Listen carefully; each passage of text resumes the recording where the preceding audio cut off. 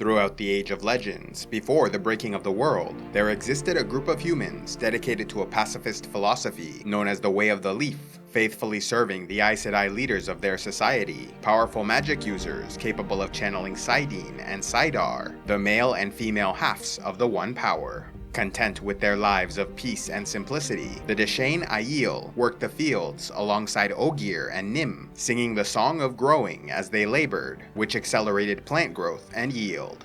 During these years, under the leadership of the Aes Sedai, civilization progressed significantly. However, in time it all began to collapse after an attempt to drill a hole through the pattern of reality, creating the Bore, an opening which allowed an ancient evil known as the Dark One or shai'tan to directly influence the world. Over the next century, many came to worship this primordial being, turning their backs on society to embrace violence, selfishness, and greed, with a shadow spawn army eventually rising to wage war against those who remained faithful to the light.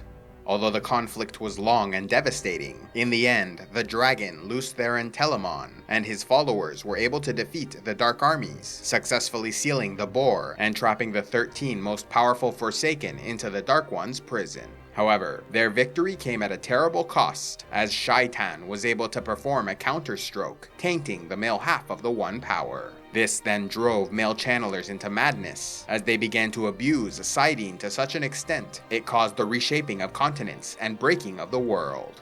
As these powerful sorcerers rampaged across their lands, the female Aes Sedai, who drew power from saidar and so were unaffected by the taint on shai'tan, dedicated themselves to eliminating the threat and rebuilding civilization. As the very lands beneath them changed and their homelands became war zones, the female Aes Sedai summoned their trusted servants, the Deshane Aiel, to embark upon a crucial mission. In order to prevent their pacifist servants from being destroyed in the coming wars, the Aes Sedai gathered together many powerful relics capable of mass devastation and charged the Deshane Aiel with finding a safe and secret location to keep them hidden. Although much of Deshane culture revolved around honor, peace, and loyalty, their great journey into the east was fraught with peril and greatly tested their resolve.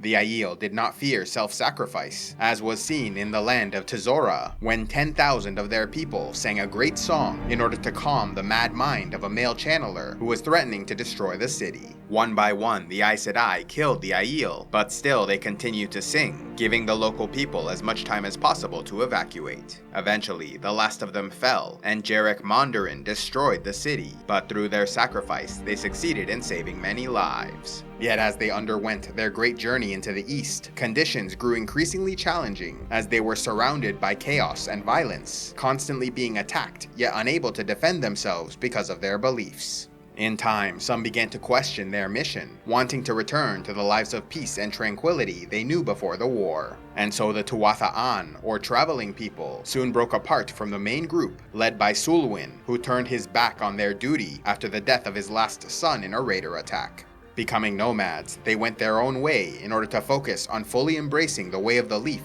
and finding the song, in reference to the peace and simplicity of their lives during the Age of Legends. As the rest of the Deshane Aiel continued on, others soon began to question their ways as well, believing that it was necessary for some of their kind to become warriors and defend the others. After an attack in which several of their people were captured, a party of 5 Aiel left the main group and made their way into the enemy camp on a rescue mission. However, when a raider charged against them, the Aiel defended themselves, and so their leader Luwin grabbed a spear and killed his attacker. In the end, all of the outlaws were dead, along with one of their Aiel companions, who they carried back to the main camp.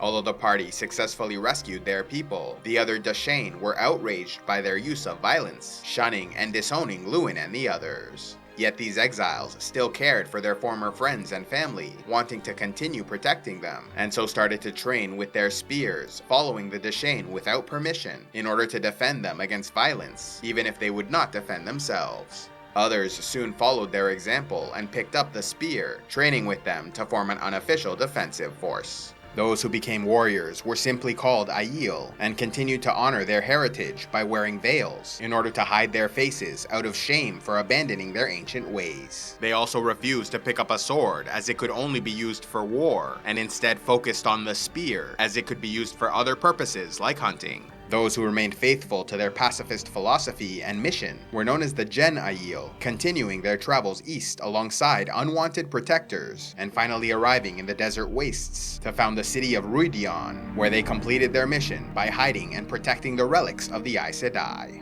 As the Gen Aiel settled in Ruidion, their warrior counterparts went into the surrounding deserts they named the Threefold Lands, forming clans who fiercely defended their territory and denied access to most outsiders. Exceptions were made for the Aes Sedai out of respect for their ancient ties, as well as merchants and gleemen to provide supplies and stories from the outside world. Another group allowed passage, but for a very different reason, were the Tuatha'an, as the Aiel considered them so dishonorable it would bring shame to come anywhere near them. Over thousands of years, the Aiel developed a culture far different to those being established in the Westlands, organizing themselves into 12 clans who lived by Jieto, a moral code that shaped their views on honor, duty, and shame.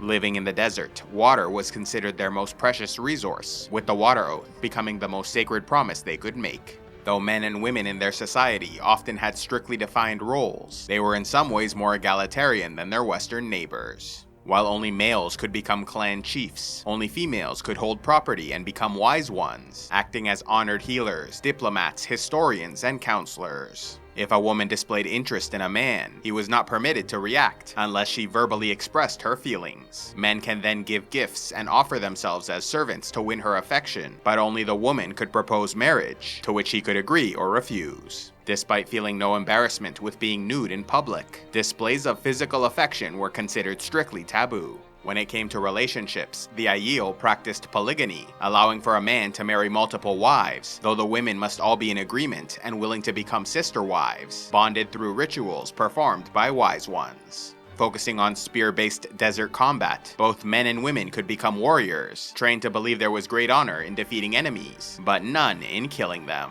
This resulted in the development of an elaborate system of voluntary servitude, where defeated Aiel became Gai Shane, swearing an oath to practice the way of the leaf and live as a servant for a year and a day to an individual master. However, blacksmiths, wise ones, pregnant women, young children, nor their mothers could be taken into service. Though it was not a requirement, dreamwalkers and channelers of the One Power were automatically given the chance to become wise ones, but to earn the position they underwent tests that pushed them to their physical and psychological limit, ending in a journey to Ruidion, where they learned the hidden truth about their past and the destiny that awaited them. Men who wished to become clan chiefs also performed this ritual, but it was so dangerous that only about 1 in every 3 Aiel survived the journey. In addition to learning the truth about their past mission for the Aes Sedai, they heard the prophecy of the Dragon Reborn that described a mighty hero who would one day unite the clans. While chiefs who survived the visit to Ruidion were normally branded with a dragon tattooed on their forearm, the prophecy stated that one day a leader would emerge with 2 markings, and he would be the Karakarn, a chief of chiefs who would both lead and destroy them. He shall spill out the blood of those who call themselves Aiel as water on sand, and he shall break them as dried twigs. Yet the remnant of a remnant shall he save, and they shall live. Separated into 12 clans, the Aiel further divided themselves into septs to represent their geographic region, and holdings to describe their actual settlements, which then had a central hold. Yet despite the bonds their people developed to their neighbors, many owed their first allegiance to one of the 12 warrior societies, with only one, the Far Darais Mai, or Maidens of the Spear, accepting women. Those in this female warrior society were considered married to their spears, forfeiting the right to have relationships with men or bear children while remaining a member. In order to prevent these clans and societies from destroying each other, rules of war and conquest were established, with the victorious side allowed to carry off 1/5 of their enemy's possessions. Yet even with these rules and regulations to help them survive, the desert surroundings made it a constant struggle, with some of their leaders coming to believe they were being punished for failing the Aes Sedai. Nevertheless, the warrior clans survived and multiplied throughout the area, while the Gen Aiel eventually died off, leaving Ruidion largely abandoned. Nearing the end of the years after breaking, hordes of Trollocs and Shadowspawn invaded the continent from the north, wreaking havoc across the Westlands. Though they also tried to invade the Threefold Lands, the harsh conditions and fierce resistance led them to retreat and name the region the Dying Ground. During the Free Years, when Arthur Hawkwing conquered the Westlands, he too sent his armies into the eastern wastes, and was initially successful in winning territory, as the Aiel refused to face them in open battle, instead retreating into the deserts and mountains to launch an unending guerrilla war, harassing and bleeding the enemy until they had no choice but to withdraw. Centuries later, in the year 509 of the New Era, the Aiel learned that their ancient allies in the west, who helped them during their great journey, had settled the nation of Karhain. During those difficult days, the Aiel faced enemies on all sides, and so were extremely grateful to find a group who did not attack, and instead offered help by providing them clean water. To honor this kindness, the Aiel reached out and offered alliance, granting them safe passage through the desert, which in turn allowed them to start trading for silks and spices with Shara in the Far East, making them incredibly wealthy. The Aiel also sent them a Korra tree as a symbol of their friendship. However, 4 centuries later, in 976 NE, King Laman Damodred cut down the sacred tree in order to carve himself a throne, enraging the Aiel, who felt insulted and betrayed. 4 clans then joined together under the famous chief Janduin to invade the Westlands, determined to kill the king. Armed with spears and a righteous cause, 90,000 Aiel descended upon the Westlands, destroying any army that dared stand against them. When they realized the gravity of the threat they were facing, the nations of the West banded together in a defensive alliance, but even so could not achieve victory. Despite being outnumbered, the Aiel chased King Damodred all the way to Tarvalin, where they fought the Battle of the Blood Snow in 978 NE, finally killing their hated enemy. At this point, having defeated the West, they might have continued to occupy and plunder their territory, but the Aiel had no such motivation, instead immediately returning to their homeland after justice was served. Fighting in the armies of the West during these years, a young soldier named Tam Althor happened to find what looked like an abandoned Aiel baby after a battle on Dragonmount, choosing to raise him as his own son in the village of Two Rivers. Around the same time, the Aes Sedai Gitara Moroso had a vision proclaiming the dragon had been reborn, leading them to start searching for the child. In time, the boy Rand al'Thor learned that he was both an Aiel and the prophesied dragon reborn, going about fulfilling his destiny by emerging from Rhuidean with 2 forearm tattoos, in order to rally support from the clans for his war against the Dark One shai'tan. Although 11 of the clans followed him, the Shaido refused and joined the enemy, only to be defeated by the armies of the Kara Karn. Love audiobooks? Then be sure to check out Audible, where they have the world's largest collection available. Simply sign up through the link in the description box below, and get 2 free audiobooks to start out. A special thanks to all those who contribute to CivilizationEx, like Tamika the Black Wolf, Midori Senin, Sir Rice of the Dreadfort, Fred Heartless, Knight of Iron and Ice, and youtube.com/soulguidemedical. If you would like to help CivilizationEx, click on the Patreon link, and please be sure to like and subscribe, and click on the links to see more.